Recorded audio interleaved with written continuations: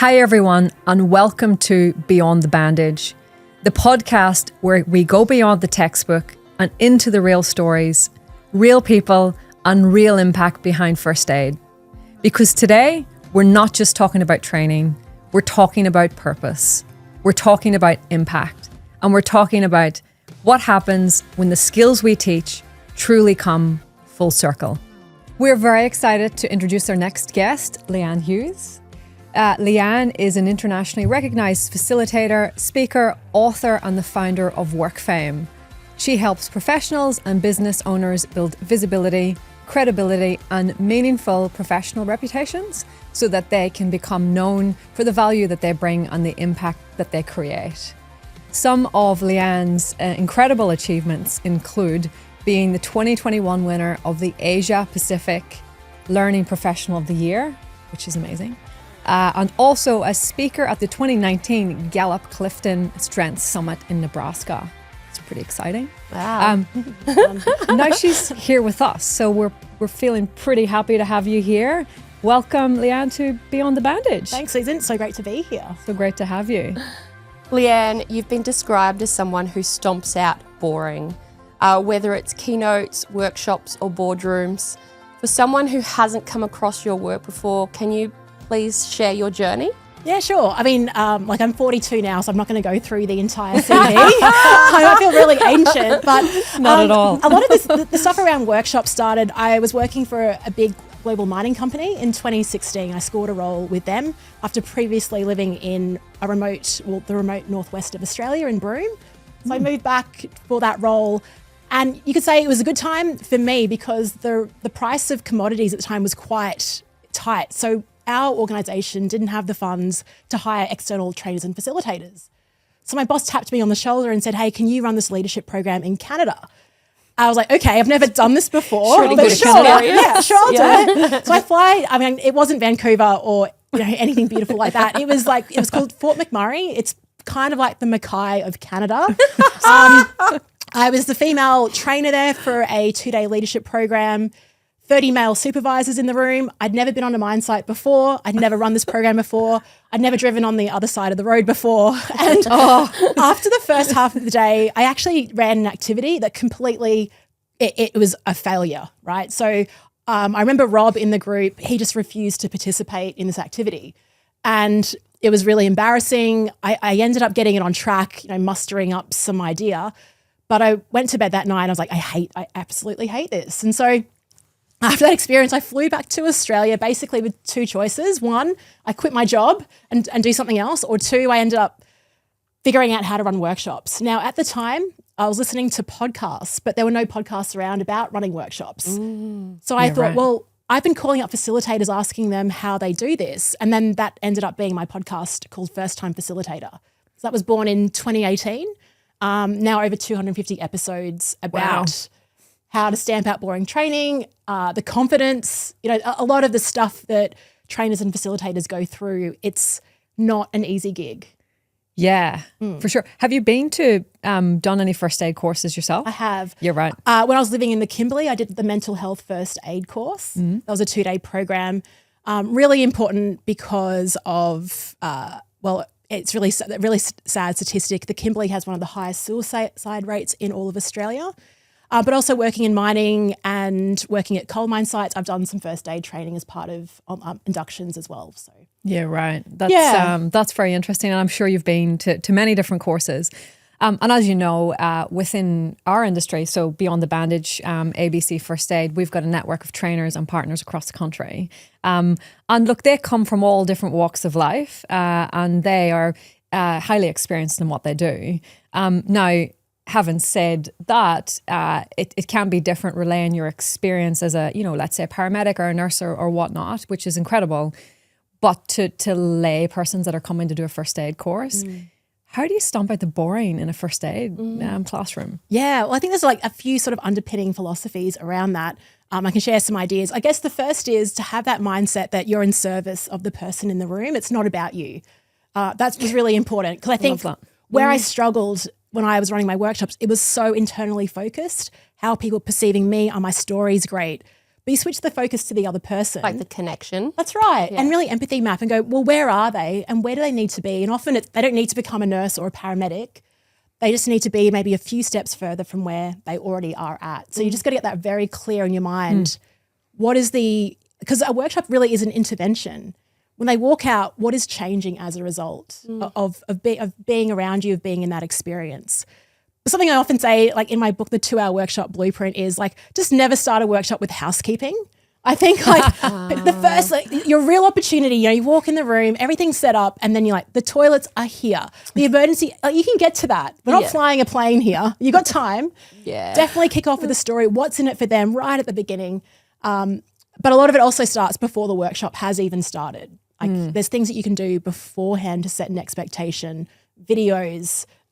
Sometimes when we're at a venue where it's not easy to find, I'll do like just a video just showing them how to get there and try and ramp up levels of psychological safety and just set a right tone before. Like there's a ton of ideas we can jump into. For sure. Because people are stressed trying to figure out where they're going. They need to get there from 9 o'clock. They've had all of this stuff go on in the morning. Yeah.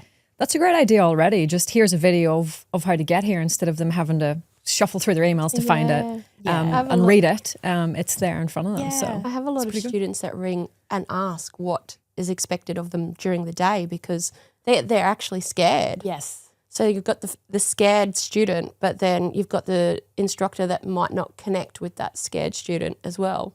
Exactly. And I think this is the hard thing about it because we're so I guess we're in the jar, we don't really see the label, right? And so we've got to put ourselves in the shoes of the people that are coming along. And this is a real novelty for them. Yes, it's the 50th time we've run first aid training, but for them, it's the first time. I always make this, it's so corny, but every workshop is a once in a lifetime workshop. You never get the same people there, the same timing. And if it's about, like first aid is really around safety. And so how do we make the group coming along feel safe?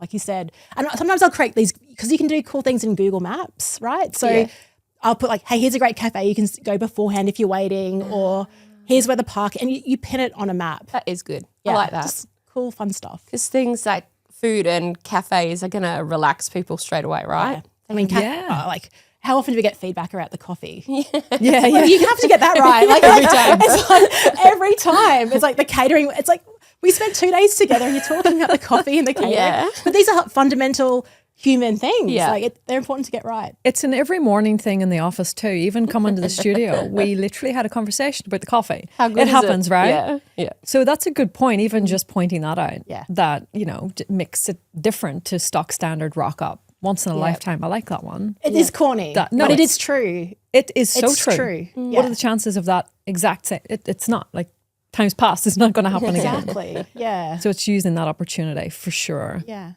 How can trainers move from just being the provider to being the standout provider amongst everybody? Yeah. So this is something, I mean, I started my business as I call it a solopreneur back in 2019, and I was about running workshops and doing Clifton strengths. What I discovered is that I became a commodity very fast, right? So I'd be getting calls saying, hey, Leanne, what's your day rate? Can you run this?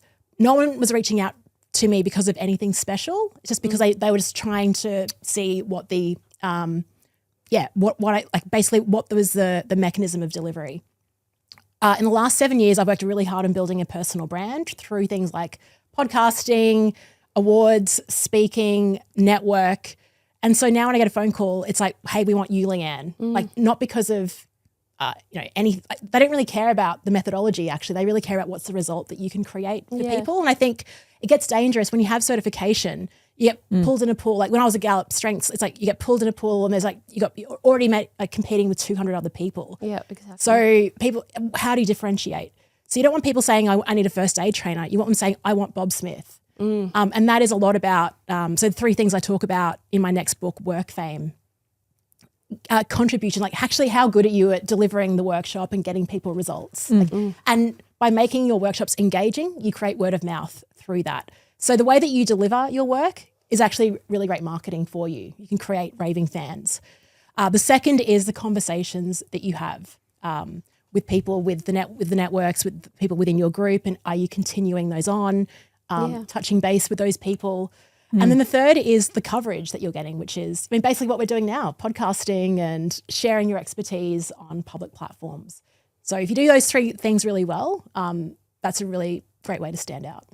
How important is networking, like going to conferences and meeting new people as well, new clients? Yes.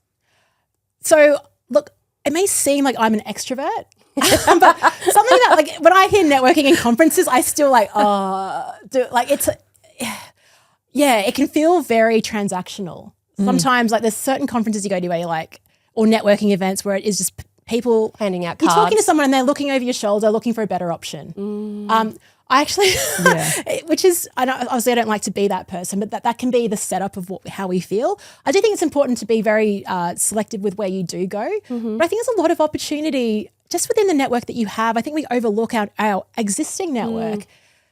And, how often are we keeping in touch with people that already trust us and have influence within their circles as well, and inviting them for coffees or even just hosting mini things. Yeah. And a great thing a trainer could do is, if they're part of your network, is even just reaching out to 3 other peers and saying, hey, let's go out, let's talk about marketing, let's talk about the last workshop. How can we help each other?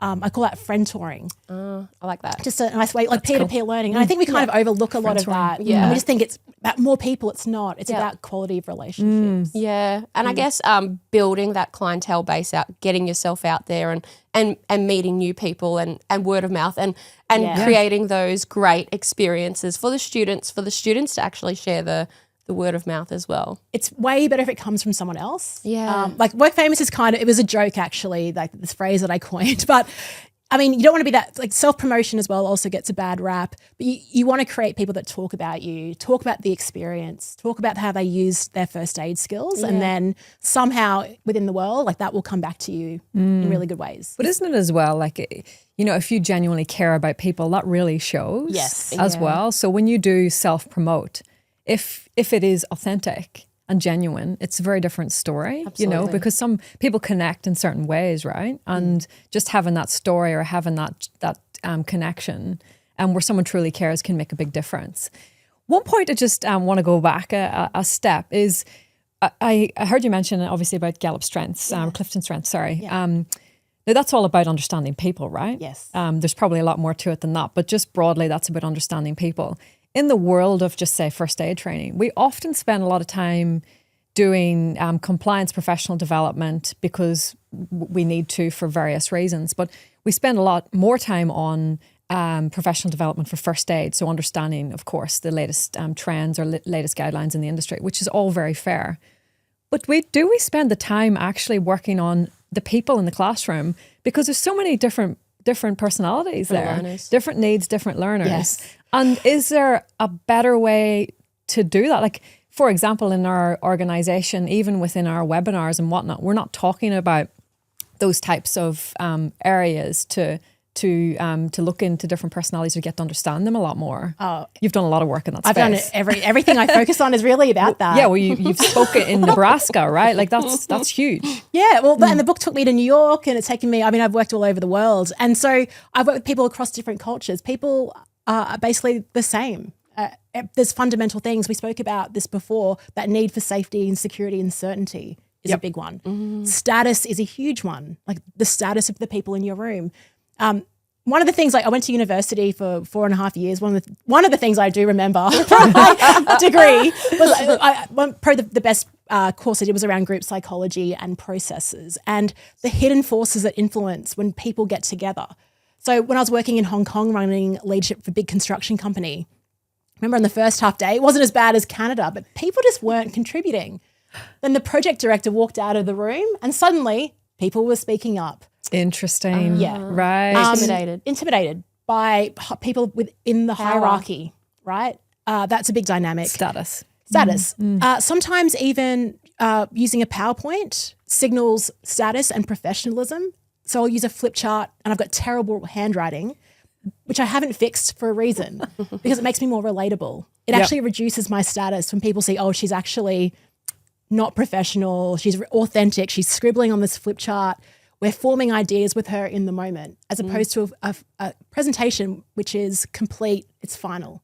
These are all hidden signals. The way that you set up a room, what you're doing when people arrive into your room, if you're busy fixing up your presentation and not actually welcoming them. So in any single interaction, there are just like hundreds of psychological micro signals that can either make someone feel more compelled to share and be open, or make them feel uncertain and, lean back. And, so really our job, I think, if you look at first aid trainers, is like, how can you instantly build trust, right? Yeah. Yeah. That's right. And I suppose for someone, let's say, that's even been doing it day in, day out for 20 years, I can imagine what signals they could be displaying. And again, not talking about everyone, but you just don't know. So sometimes the students are coming into the classroom, seeing those signals straight away, and they're feeling unsafe. Yeah. Right? Not physically, but psychologically unsafe, because they're like, I have to get through the next 6 hours of this person doesn't seem to be very happy to be here, right? Well, yeah. If you're going in and the trainer's not excited about being there, you're not going to be excited either. Your strongest signal is what you're presenting to the group at the time. Now, when I'm running all-day sessions, like, I know how I feel walking into an all-day session. I'm already thinking, I'm hungry. I'm going to sit I'm tired. here. I want to leave. I love training. Like, I've got to sit here for 7 hours. So the first thing I do is like really break it down. Like, okay, like on a flip chart, I write the first 90 minutes. All I want you to do is focus for 90 minutes, right? Then we have our break. And it really just helps people kind of settle in and ease in. Because the second is it's over 2 days, you're going to be here. And like they're looking at the bigger picture, and you're breaking Correct. it down into manageable bite sizes so that they can comprehend it and That's process right. it. Yeah, and it's achievable then. Yeah. It's so true. It's learning in general, isn't it? Right? You've got to break these things down for people, because, and even if they're not aware of what's ahead for the day, it's just going to feel like the longest day on earth and what's actually happening.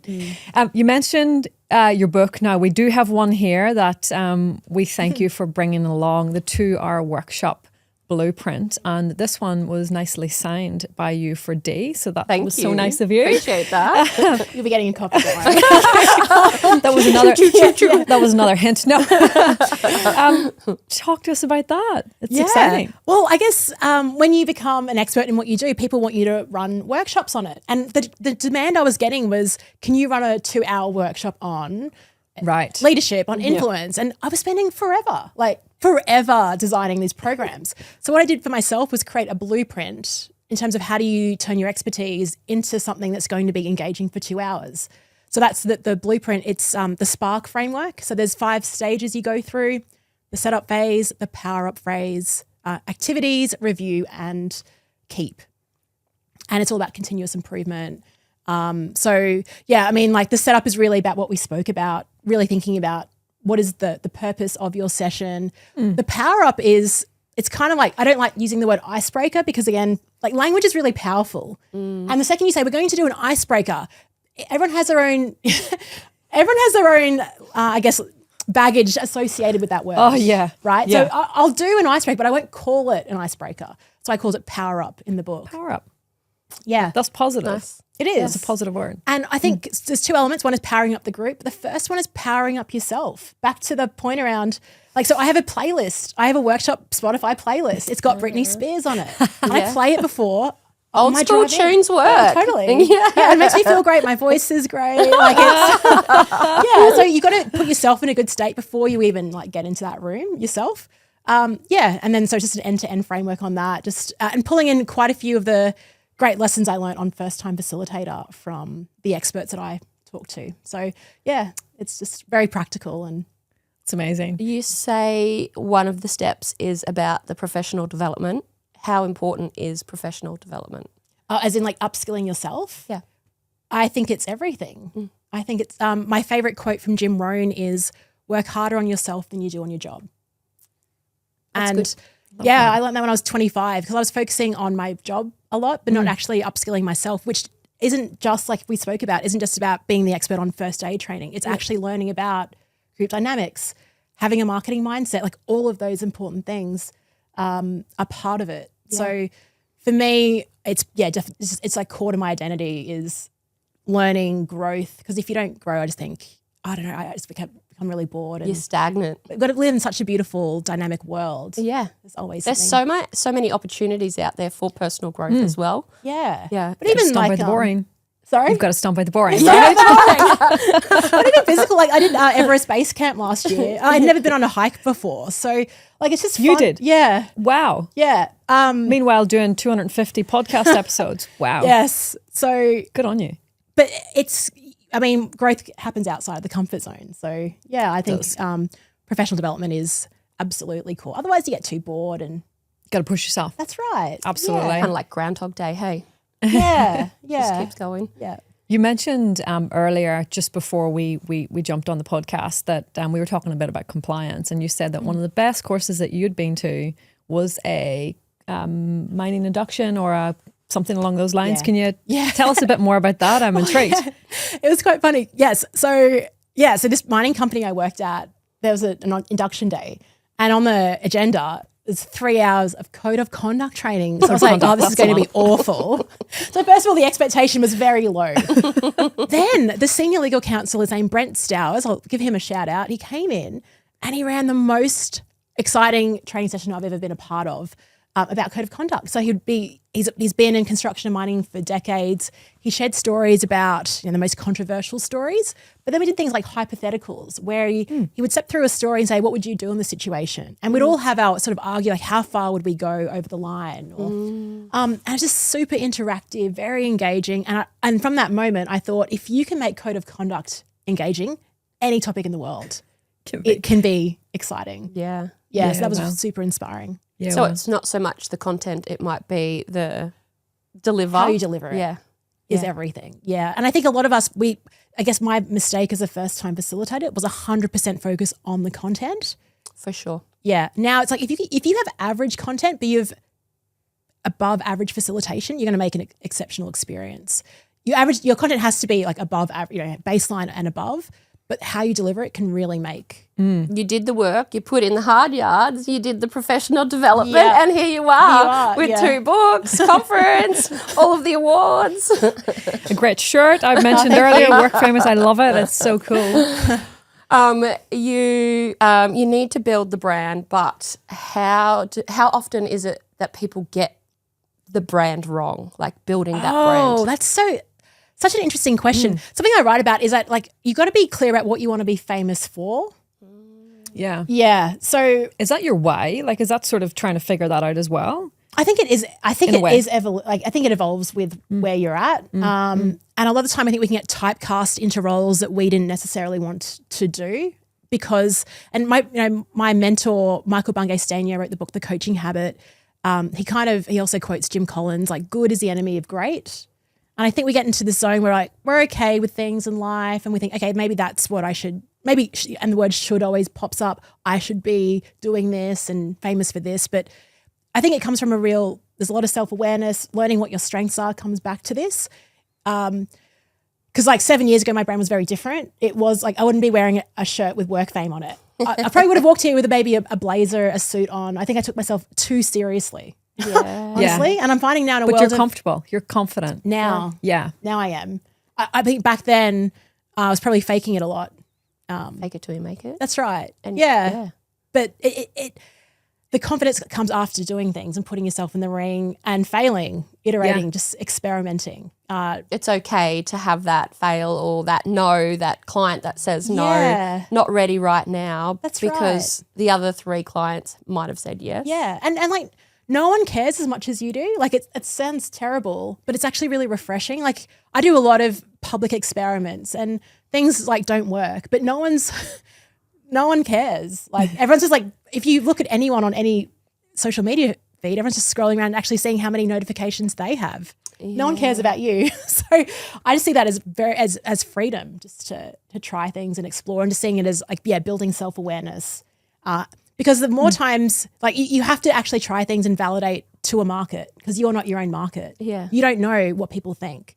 So it's been 7 years of experimenting, and in another 7 years we'll have a very different conversation. Yeah, for sure. Yeah, wow. But that's you going into situations, feeling uncomfortable, pushing yourself. Big time. And then you feel comfortable, and then the next challenge, because you want to go from good to great. Yes. Yeah. And you just keep pushing. Yeah. Yeah. And that's it. Like often people are uncomfortable. Like even people that come and sit down with us to have a chat, they may not have had a mic in front of them before and being in the studio, and they're pushing themselves, and then they finish and they love it because they've just been true to themselves. Yes. They've made, obviously they've worked through the discomfort and then walk out excited and able to share that with their friends and their family. Look, this is what I've done today. Yeah. But you've also made this a really comfortable environment as well. So that, give yourself some credit. Yeah. Well, I think you were greeted pretty well. Yeah. Yes. Dee was waiting outside for me. So I'm like, I know where to go. Yeah, it's been a great experience. We Dee was very excited for you to come through the door. That's for sure. But again, same thing. You eased into the environment because of how you were met. And it just brings it back just to the classroom. It's the same thing in any situation, right? Yeah. Like if you're going into even a restaurant, if we apply it to that, if you walk in, the staff there they greet you, you feel comfortable, that you have that immediate impression of this is great. Mm-hmm. If it's the opposite, right? Yeah. Well, I know when you've made a booking and you're standing there and they're frowning, looking through the booking sheet, and you're thinking, is this even a booking? And it's not a good start. What have I done? Yeah. Have I missed the mark? You've got 6 of your friends there waiting to see if they're actually going to get fed tonight. Yeah, there's actually good. I wanted to share. There's actually a really good takeout from a restaurant study they did that we can use in our workshops. So they did this study in the Netherlands, and they had a couple of waiters going around taking orders from people. And so the first waiter went around, took the order, said thank you, and took it back to the kitchen. Just took the order down. The second waiter took the order and repeated it back. Right. So you got 2 chicken drumsticks, whatever. I don't know why I said chicken drumsticks, but repeated the order back and then went to the kitchen. The person with the highest tips was the second waiter, repeating the language back because it made them feel secure that you heard me. Yeah. And so in our workshops, what I like to do is use language back to people to validate what they're saying. That's really cool. So true. Yeah, as opposed to sometimes I used to paraphrase a lot, but now just say the exact same thing that they've just said. Yeah. Yeah.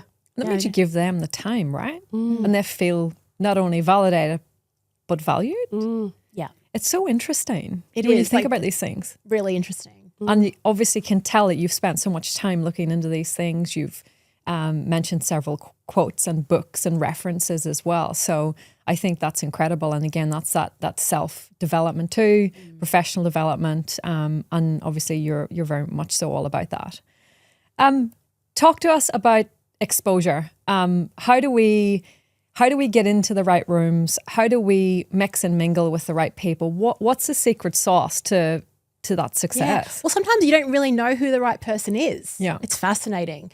You know what I mean? I call it, I should attribute this to Alan Weiss calls it getting into the public square.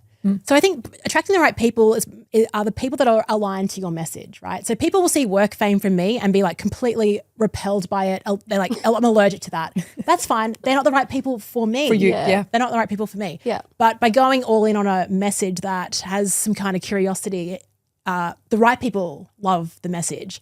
So I think it's this combination of that self-awareness, like what are you standing for, and then sharing that message, and going a bit hard on it, right? So where I see people failing, they're doing all the right things when it comes to promotion, right? They're posting things on LinkedIn, they've probably got an email newsletter, they're doing the right things conventionally, but when I look at what they do, what's the point of view? What do you really think about this? It just seems quite vanilla. And in an AI world, a lot, 90% of the things that I see posted from trainers, facilitators trying to stand out are just very vanilla and don't spike an emotional response.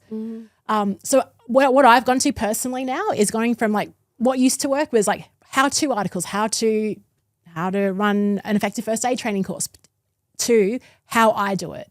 Right? So really now leaning in on my personal approach and things like that as well. Because that's going to connect with the students, right? That's what they want to know. Yeah. So true. Yeah, but it's also AI can't write that article. It's AI can't write that Dee's waiting out. You know what I mean? It's really bringing into that human connection piece as well. Now, when it comes to so I've just broadened with my First Time Facilitator podcast. So the real value about that, it was value for people listening in. What was in it for them? They get to learn how to run engaging training experiences. And a few people I've met through that show, a guy called Tim Ferguson in Switzerland, the amount of work that I've done with him, we're going to Bangkok in July and running workshops together, across the world. The the key, like within the people that you meet, there's going to be certain people, like I would say a handful of people that provide like a curve bender in your life that just dramatically shape your life, and you just don't know where that person will come from. So a lot of it is Happens around when you least expect it. Yes, but a lot of it's around just being true to yourself, being generous, providing value, and you don't know what is around the corner. So true. Yeah. That is so interesting. I have to say I agree with you, because in our industry we see the same thing over and over and over. And again, not criticizing or anything like that, but then there are people who stand out, and they are the people that are becoming successful because their message can really resonate with people as well. Now, again, with the right people in the room for them.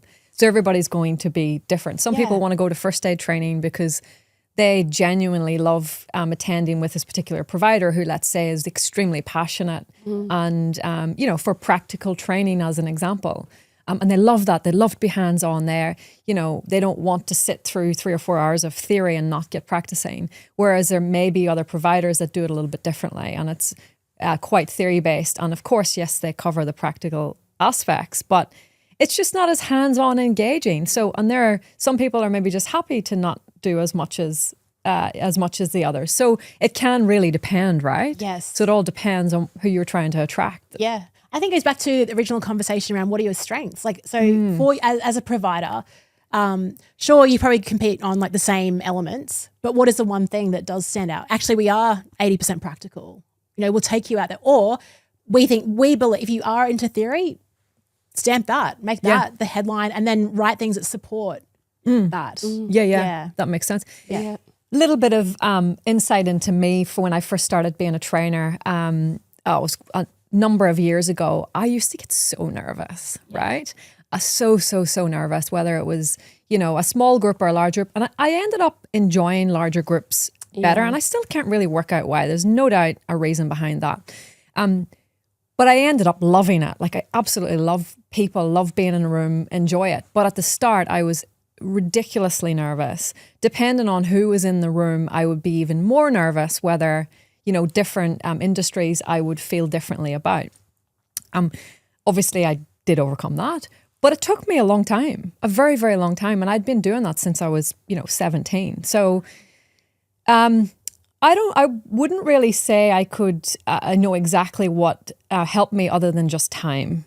Time and trying to become, I guess, more self-confident as well. So I think it was a self-confidence thing. I knew what I was talking about. It was just applying that in a room.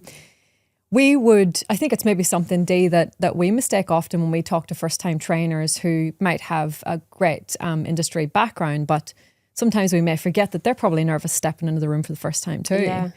Yeah, what experience what sort of things would you say to those new trainers, and even just to the old me when I would stand in the classroom and go, and even sometimes when in Australia as an Irish person, go, they're all the things that you have to think about, right? Like, building the confidence. What is it? I still go through it all the time. Like I've run workshops with no sleep because I've been stressing so much. It's been horrible.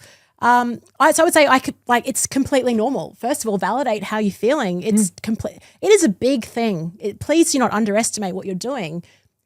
You're really in control of a group for a day or two. I don't know about both of you, but I'm exhausted after a couple of days of like having to lead something. I feel a lot of responsibility on that. So I guess early on, my mistake was putting 100% of the responsibility on my shoulders. Like if they don't have a great experience, it's my fault. Yeah. Then I became actually a bit more aware that actually this is kind of a partnership. This is a 50-50. I'm going to set this up beautifully, but it's also your responsibility to contribute. What you put in is what you're going to get out. 100%. Yeah. So that really has helped me. But I'm not saying I don't think I'm completely through it. Like I get, new industry, new group. I still get the jitters, and I think sometimes it's passion, right? Total passion. Like it means that you care. You want to do a good job. Yeah. That's pretty positive. Yeah, I love that. Take away from it. Yeah. But like the playlist, like going for a run, I have my sort of routine that I go through. My friend Cameron Fee had the best quote, and he said the best sort of co-facilitator, and I would say safety net, is a well-designed process. So if you can just trust, let's say, Susan, you've been through the workshop so many times that this process works. Yeah. And I think a lot of it comes from the uncertainty of like, what is someone going to throw back at me? What is the question that might catch me out? Like these are the things that were on my mind. Do I know the thing? Yeah. And as you said, time on your feet. You sort of figure out that 90% of the questions will kind of be the same and you can anticipate those. Yeah. Well, what's your advice for someone that's new to this? I guess having that knowledge so that they can answer those questions confidently. And, you know, when you've got that confidence, the student feels like they're in good hands as well. So I think, knowing your content that you're delivering is important, but not just being able to read off a PowerPoint or know what's in your notes, have background knowledge as well so that if there are some side questions that sort of are not, you know, normal, you've got a good, confident answer. I think that will help. For sure. In my opinion, as a trainer, like, you know, everyone might have something else, but I think if you know that content, you're comfortable, you're confident, that student is then going to build the confidence walking out the room to perform CPR on somebody later if they know the correct technique. You know, if something wasn't sitting right and they needed to ask a question and it was just confirmed and they're like, oh, okay, cool. So just, definitely. I think it's really important because you don't want to be caught off guard. It's a really good question, actually. I think for me, just even looking back at what we spoke about earlier is being prepared before you get to the room. Because often we think about, obviously, the being prepared for the students to rock up, but it's also us being prepared, knowing where we're going. If we're out to, attending to a group where we haven't been before, making sure we know where the parking is and being on time. Yeah. Because when you rock up and you're maybe there 2 minutes early, you're frazzled. So I think that often nerves kick in because of being unsure as well. So being prepared just in your surrounding, the environment, knowing you're going, but being prepared and knowing your stuff. Yeah. My toxic trait is getting to workshops like super early. Yeah. Event organizers hate me because I'm like banging on the door like an hour and a half beforehand. I'm ready. Like the first thing I do is like, does this PowerPoint work? Like I just like test the technology, but also plan for your technology to fail. Yeah. Like you have to have like those plans. I'm also a Virgo, so I have like a packing list in my book. Fellow Virgo? Yeah. Oh, there we go. But like when early on, like my run sheets were like 9:01 to 9:03. It was just so bad. I left no space for conversation. And now my run sheets are like a one pager because I'm so like in the flow with what's I think that's happening. good though, saying no to prepare for something that's not going to happen. Like, you know, if your PowerPoint slides are not going to work, flex back to a writing on a whiteboard or interacting with the students more and being more hands-on, and you can still give that information without the PowerPoint working. I mean, like Indigenous populations have been around for millions of years sharing stories without PowerPoint. So I think, it's totally possible. We've got this. Have a backup plan. Absolutely. Tell us about your new book. Oh, okay. Yeah, my new book's coming out in October. It's called Work Fame. Get the projects, promotions, and perks you deserve. Love it. So That's I wrote exciting. it. Basically, the idea fell out because I don't know, woke up with the phrase work famous because it's not celebrity famous or internet famous, but there's people that are, like you would have first aid trainers that are work famous, right? That are famous within the industry. Yeah. And so it's a book written for people.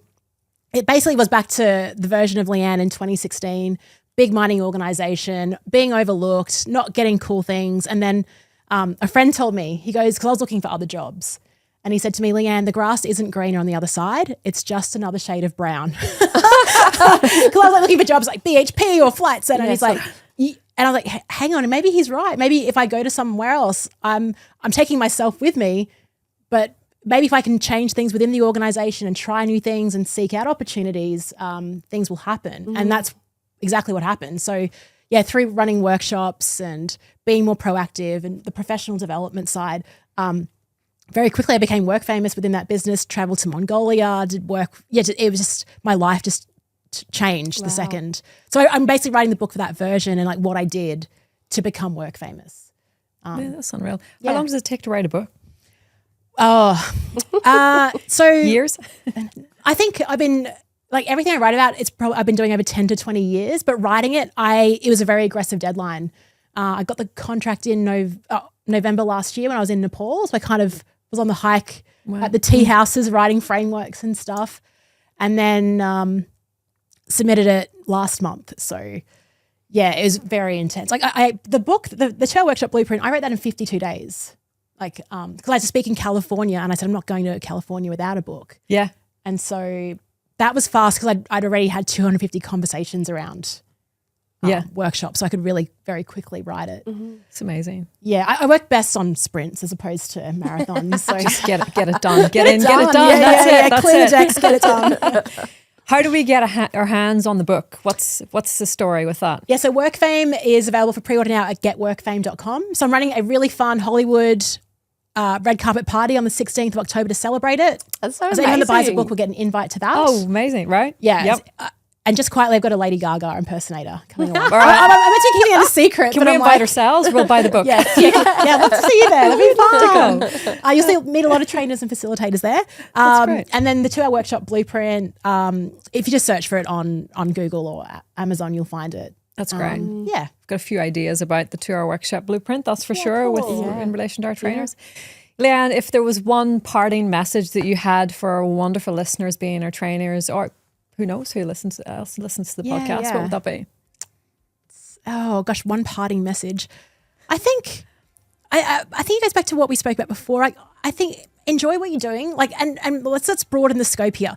You have one life, right? And your ability, I think you might underestimate the impact that you have in front of a group of 5 people or 20 or 50, doesn't matter. There is huge impact that you can make just by your willingness to share your expertise and your knowledge. And I was going to say to listeners that are first aid trainers, like, thank you for keeping our community safe. Like, what you do and the impact that has on people's lives. Like, I often joke the work that I do is not life and death, but your job is. And I think please don't underestimate that. Have fun with it. Just remember that you're making an impact, and bring that joy and energy to the work that you do every day. Yeah. Thank you. You've definitely brought the joy and energy to us today. We really appreciate it. Thank you. Thank you. It's been so delightful chatting with you. It's been so fun. Thank you for your time. I appreciate it. Thanks, Leanne. Thank you for joining us on today's episode of Beyond the Bandage. We really hope you enjoyed the session. Please like, share, and subscribe so you can be part of future episodes and get notifications whenever they are aired. We really would appreciate your support. Thank you so much.